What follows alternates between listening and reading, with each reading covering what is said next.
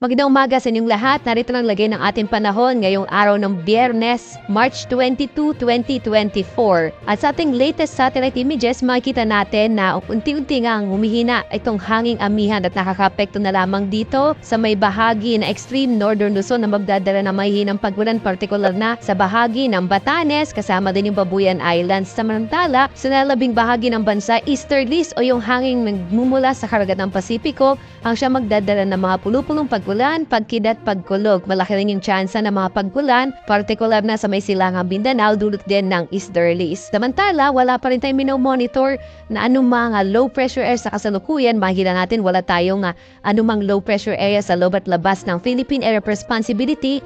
Manit yung tsansa magkaroon tayo ng bagyo hanggang sa susunod na linggo. At narito ang ating inaasahang magiging lagay ng panahon dito sa may bahagi ng Luzon. Makikita natin na malaki yung tsansa ng mahihinang pag-ulan, partikular na sa bahagi ng Batanes at Babuyan Islands. Dulot yan ng papahina ng northeast monsoon o amihan, habang sa nalabing bahagi ng Luzon ay makararanas naman ng mga isolated o pulupulong pagulan, pagkidlat, pagkulog, at mayroon din tayong asahan ng mga localized thunderstorms na maaaring magdulot ng mga kung minsan mga pagulan. At kung minsan maaaring magdulot ng mga biglang pagbat-pagunan lupa, lalo na kapag katamtaman hanggang sa humisa ay malakas yung mga pag-ulan. Samantala naman, narito magiging lagay o agwat ng ating temperatura sa lawag na sa 23 to 32 degrees Celsius, sa Baguio 14 to 23 degrees Celsius, sa Metro Manila 22 to 30 degrees Celsius, sa may bahagi naman ng Tuguegarao 21 to 30 degrees Celsius, sa Tagaytay 20 to 28 degrees Celsius, habang sa Legazpi 24 to 31 degrees Celsius. So generally, medyo mainit na panahon ang mararanasan sa malaking bahagi ng Luzon.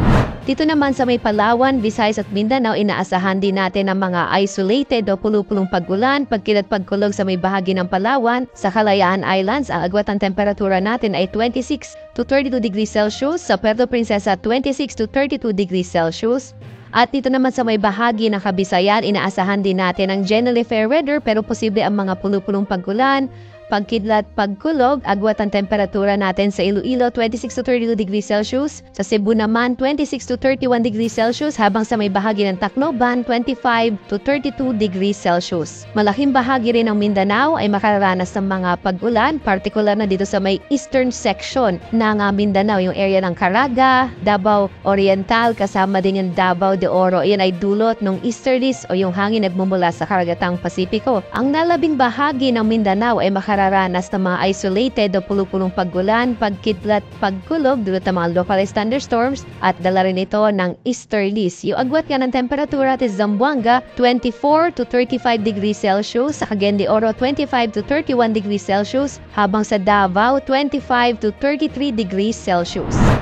Wala naman na tayong nakataas na anumang gale warnings sa anumang bahagi na ating bansa. Naglabas tayo ng final gale warning kanina, at inaasahan pa rin natin ang posibilidad na katamtaman hanggang sa humisan ay malakas sa pag-alon, partikular na dito sa may extreme northern Luzon at sa may silangang bahagi ng ating bansa.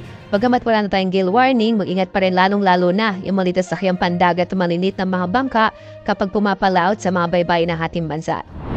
Narito naman ating inaasahang magiging lagay ng panahon sa mga susunod na araw.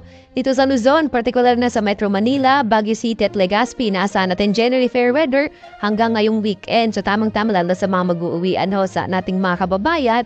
Agwat ng temperatura sa Kamaynilaan, nasa 23 to 32 degrees Celsius. Sa Baguio City, nasa 14 to 23 degrees Celsius, habang sa Legazpi, 24 to 32 degrees Celsius. So may bahagi naman ng Kabisayaan, sa Metro Cebu, Iloilo, Tacloban, inaasahan din natin ang generally fair weather. Sa Tacloban, pagdating ng araw ng Lunes, posible ang maulap na kalangitan na may mga pagulan, dulot naman ng easterlies. Agwat ang temperatura sa Metro Cebu, 25 to 32 degrees Celsius. Sa Iloilo City, nasa 26 to 32 degrees Celsius. Sa Tacloban naman, 25 to 32 degrees Celsius. At dito naman sa may bahagi ng Mindanao, inaasahan natin ang posibilidad ng generally fair weather na may mga posibilidad din ng mga pulupulong pag-ulan, pagkidlat, pagkulog, dulot yan ng mga localized thunderstorms at ng easterlies. So agwat ang temperatura sa Metro Davao, 24 to 32 degrees Celsius. Sa Cagayan de Oro City naman, nasa 24 to 32 degrees Celsius. Zamboanga naman, nasa 23 to 35 degrees Celsius.